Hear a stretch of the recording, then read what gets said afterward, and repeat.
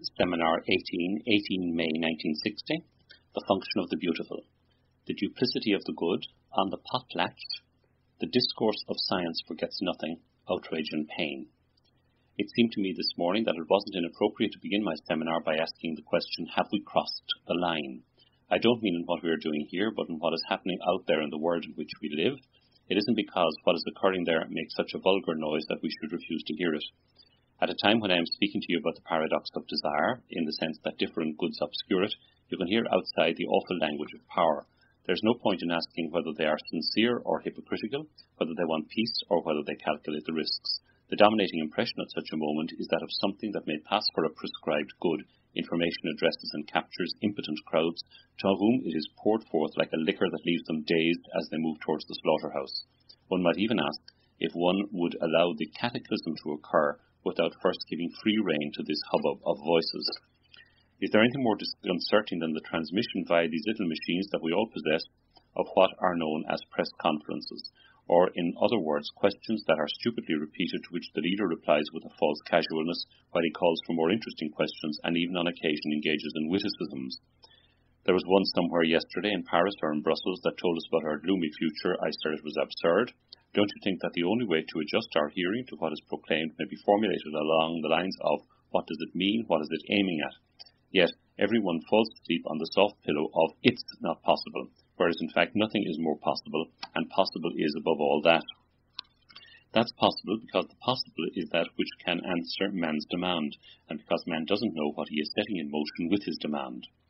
The frightening unknown of the other side of the line is that which in man we call the unconscious, that is to say, the memory of those things he forgets. And the things he forgets, you can see in which way, are those things in connection with which everything is arranged so that he doesn't think about them, i.e. the stench and corruption that always yawns like an abyss, for life, after all, is rottenness. And it is even more so recently, since the anarchy of forms, that second destruction that Sad was talking about the other day in the quotation I read you, the destruction that calls for subversion even beyond the cycle of generation corruption, are for us pressing problems.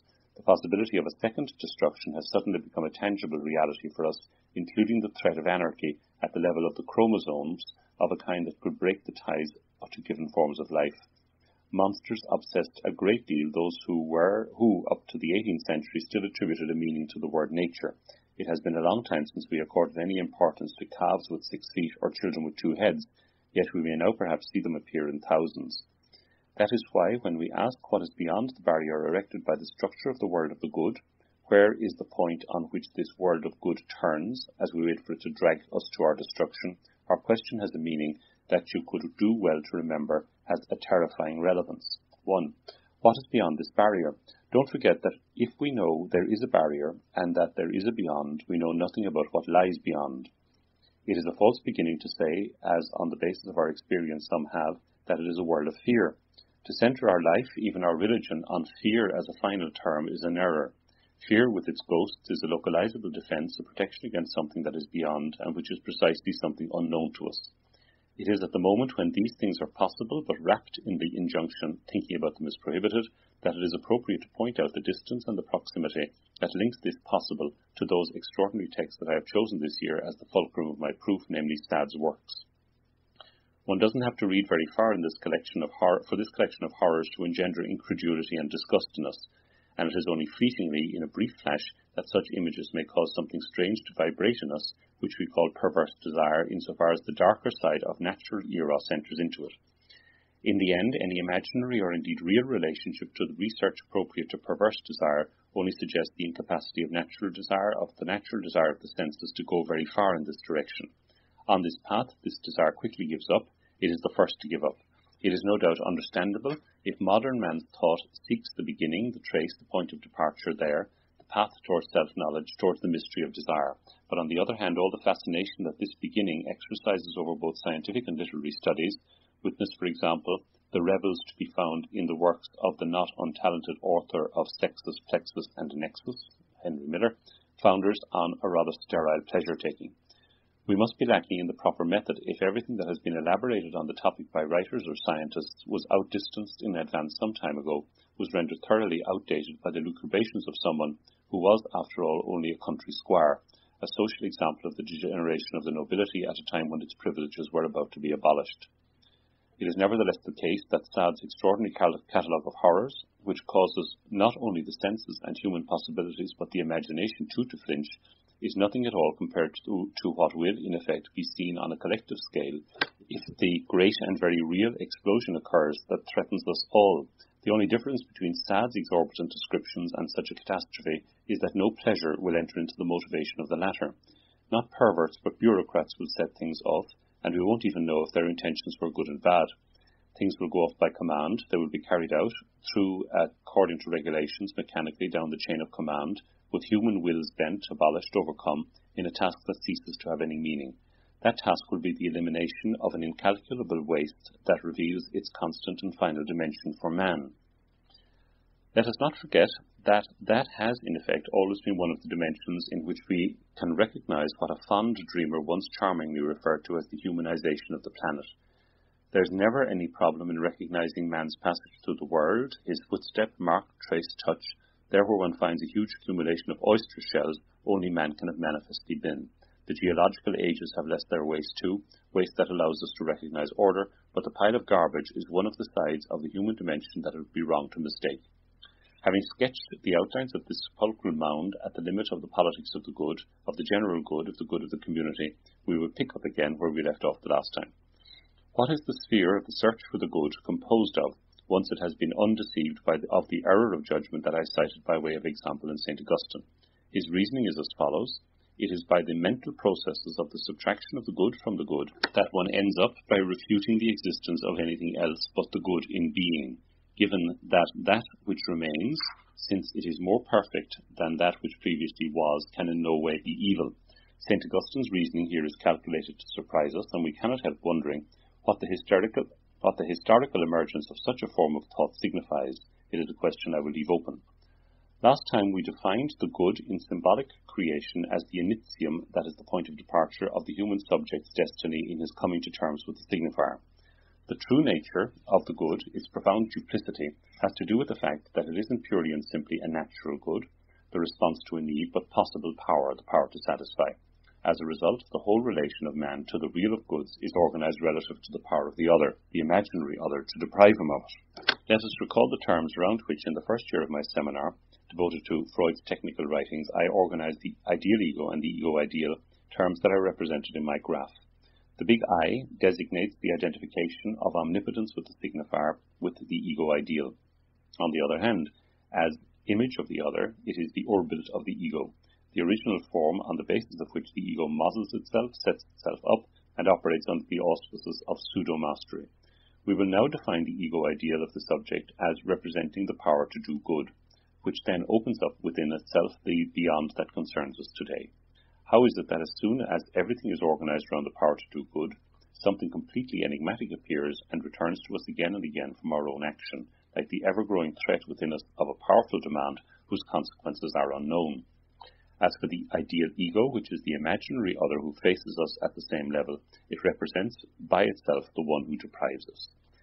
At these two poles of the structuralization of the world of goods, what is it we see outlined? On the one hand, starting with the unveiling with which the revelation of classical philosophy terminates, that is to say, starting with the point at which Hegel is said to have stood on his feet, the social conflict proves to be the thread which gives meaning to the enlightened segment of history in the classical sense of the term.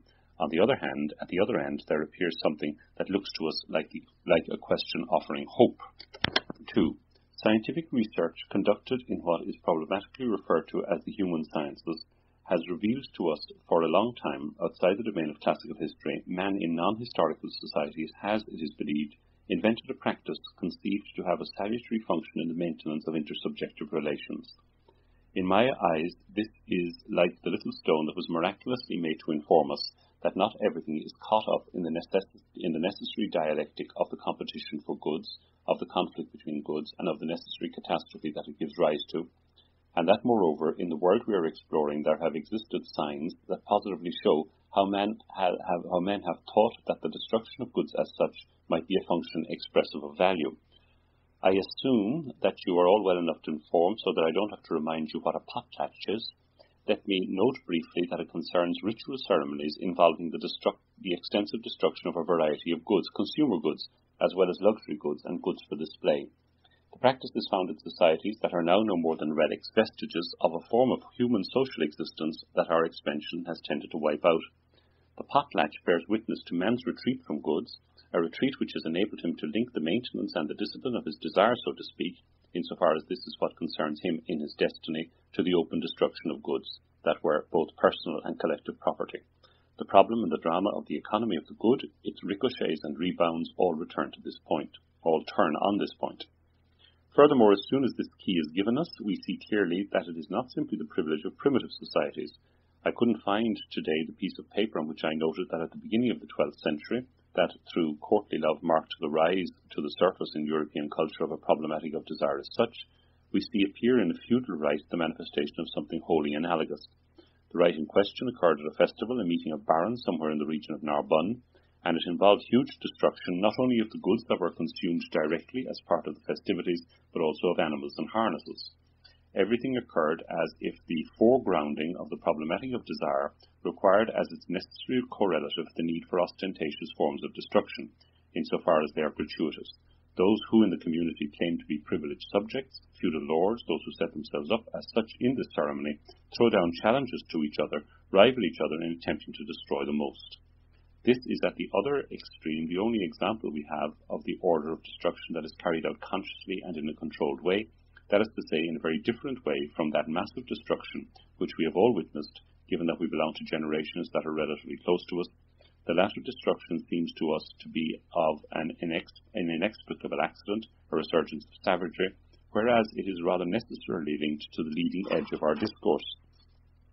A new problem arises for us, one that even Hegel found obscure. For a long time in the phenomenology of mind, Hegel tried to articulate the problem of human history in terms of conflicts between discourses. The tragedy of Antigone especially appealed to him because he saw the clear opposition there between the discourse of the family and that of the state, but in my opinion things are much less clear. As far as we are concerned, we find in the discourse of the community of the general good the effects of a scientific discourse in which we see revealed for the first time the power of the signifier as such. The question is our very own. As far as we are concerned, the question raised is subsumed beneath the order of thought that I am trying to present to you here. The sudden prodigious development of the power of the signifier, of the discourse that emerged from the little letters of mathematics, and that is distinct from all previous existing discourses, becomes an additional alienation. In what way? Insofar as it is a discourse that by reason of its structure forgets nothing.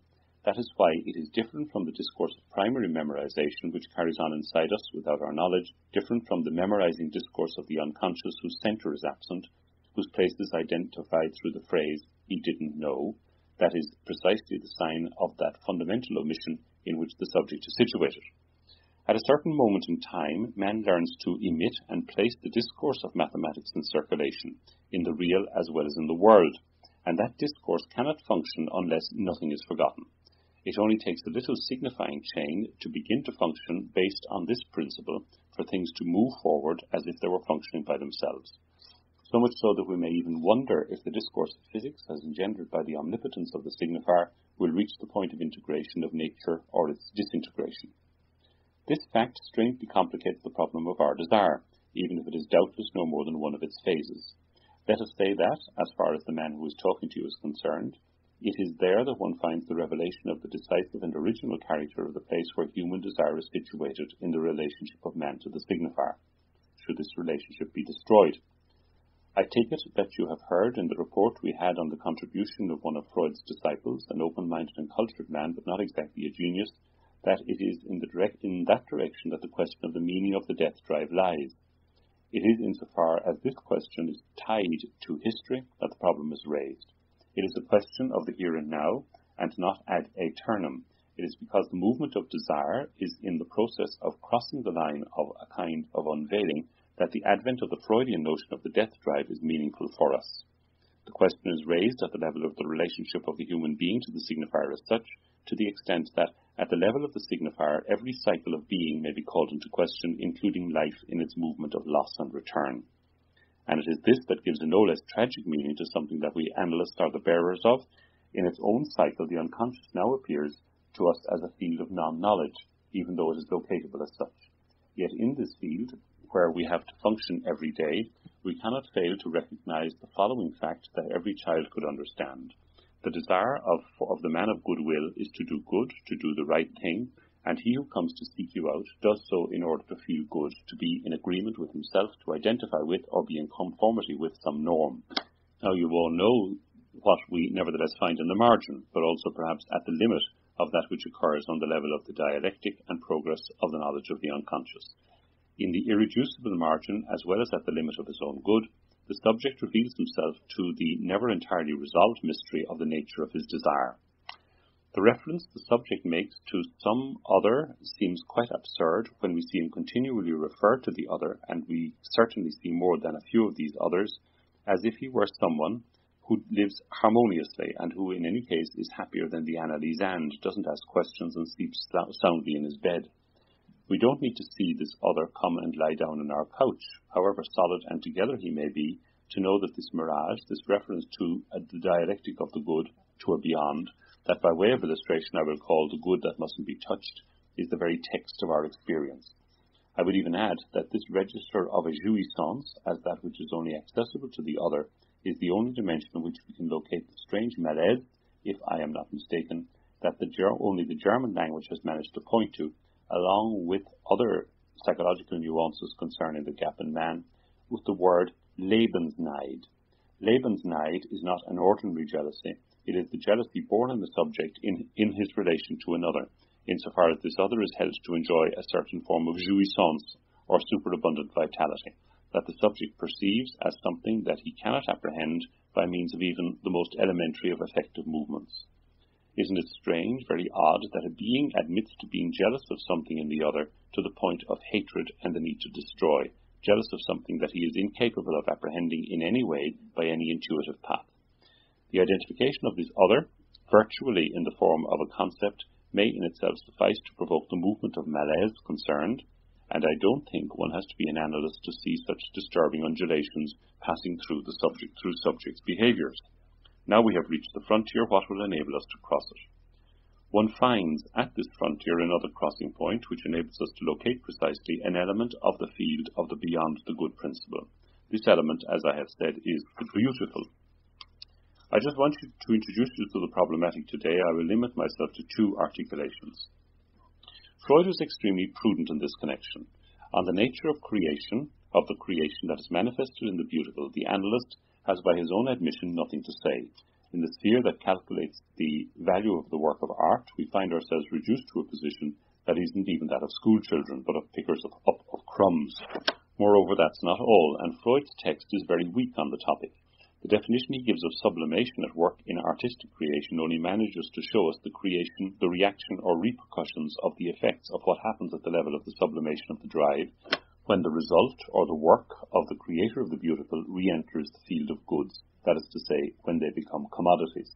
One must recognize that the summary Freud gives of the artist's career is practically grotesque. The artist, he says, gives a beautiful form to the forbidden object, in order that everyone, by buying his little artistic product, rewards and sanctions his daring.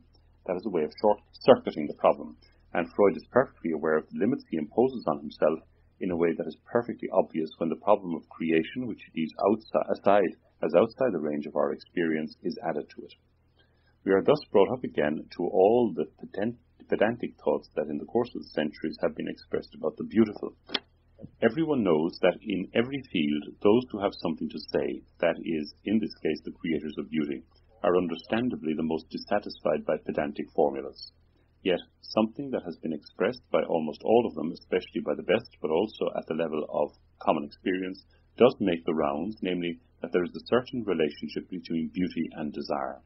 This relationship is strange and ambiguous. On the one hand, it seems that the horizon of desire may be eliminated from the register of the beautiful. Yet on the other hand, it has been no less apparent from the thought of antiquity down to St. Thomas, who has some valuable things to say on the question, that the beautiful has the effect, I would say, of suspending, lowering, disarming desire. The appearance of beauty intimidates and stops desire. That is not to say that on certain occasions beauty cannot be joined to desire, but in a mysterious way, and in a form that I can do no better than refer to by the term that bears within it the structure of the crossing of some invisible line, i.e. the outrage. Moreover, it seems that it is in the nature of the beautiful to remain, as they say, insensitive to outrage, and that is by no means one of the least significant elements of its structure. I will show it to you in the details of analytical experience, show it to you with pointers that will enable you to be alert to it when it occurs in an analytical session. With the precision of a Geiger counter, you can pick it up by means of references to the aesthetic register that the subject will give you in his associations, in his broken, disconnected monologue, either in the form of quotations or of memories from his school days. You don't, of course, always deal with creators, but you do deal with people who have had a relationship to the conventional sphere of beauty. You can be sure that the more these references become strangely sporadic and peremptory with relation to the text of the discourse, the more they are correlative of something that makes its presence felt at that moment, and that belongs to the register of a destructive drive. It is at the very moment when a thought is clearly about to appear in a subject, as in the narration of a dream, for example, a thought that one recognizes as aggressive relative to one of the fundamental terms of his subjective constellation, that depending on his nationality, he will make some reference to a passage from the Bible, to an author, whether classic or not, or to some piece of music. I mention this today to show that we are not far from the very text of our experience. The beautiful, in its strange function with relation to desire, doesn't take us in, as opposed to the function of the good. It keeps us awake and perhaps helps us to adjust to desire insofar as it is itself linked to the structure of the lure.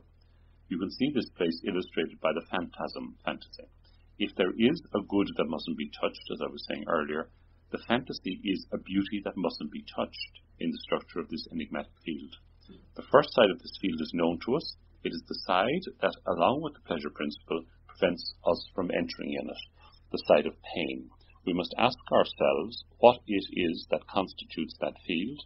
The death drive, says Freud, primary masochism, but isn't that to take too big a leap? Is the pain that denies access to the side the whole content of the field? Are all those who express demands for this field masochists after all? And I can tell you right off, I don't think so. Masochism is a marginal phenomenon, and it possesses something almost caricatural that moral inquiry at the end of the 19th century has pretty much laid bare. The economy of masochistic pain ends up looking like the economy of goods. One wants to share pain as one shares heaps of other things that are left over, and one even comes close to fighting over it. But isn't there something that involves a panicky return to the dialectic of goods? In truth, the whole behavior of the masochist, and I mean by that the perverse masochist, points to the fact that it is a question of a structural feature of his behavior. Read Mr. Sacher-Masoch. He's an enlightening writer, though he doesn't have the stature of Sade, and you will see that in the end the point aimed at by the position of the perverse masochist is the desire to reduce himself to this nothing that is the good, to this thing that is treated like an object, to the slave whom one trades back and forth and whom one shares. But one shouldn't after all proceed too quickly to break inventive harmony, and the fact that masochism has been called by this name for so long by psychoanalysis is not without reason. The unity that emerges from all the fields which analytical thought has labelled masochism has to do with the fact that in all of these fields, pain shares the character of a good. We will continue our inquiry next time with relation to a document. It's not exactly a new document. Down through the centuries, long-winded commentators have cut their teeth and sharpened their nails on it. This text appeared in the field where the morality of happiness was theorized, and it gives us its underlying structure. It is there that its underlying structure is most visible, where it appears on the surface. That which over the centuries has caused the greatest problems, from Aristotle down to Hegel and Goethe, is a tragedy, one that Hegel considered the most perfect, but for the wrong reason, namely Antigone. Antigone's position relates to a criminal good. One would have to have a character that was deeply out of touch with the cruelties of our time to attack the subject, if I may say so, by focusing on the tyrant. We will therefore take up the text of Antigone together, since it will enable us to point to a fundamental moment to reach an essential reference point in our investigation of what it is man wants and what he defends himself against. We will see what an absolute choice means, a choice that is motivated by no good. End of Seminar 18, May 18, 1960.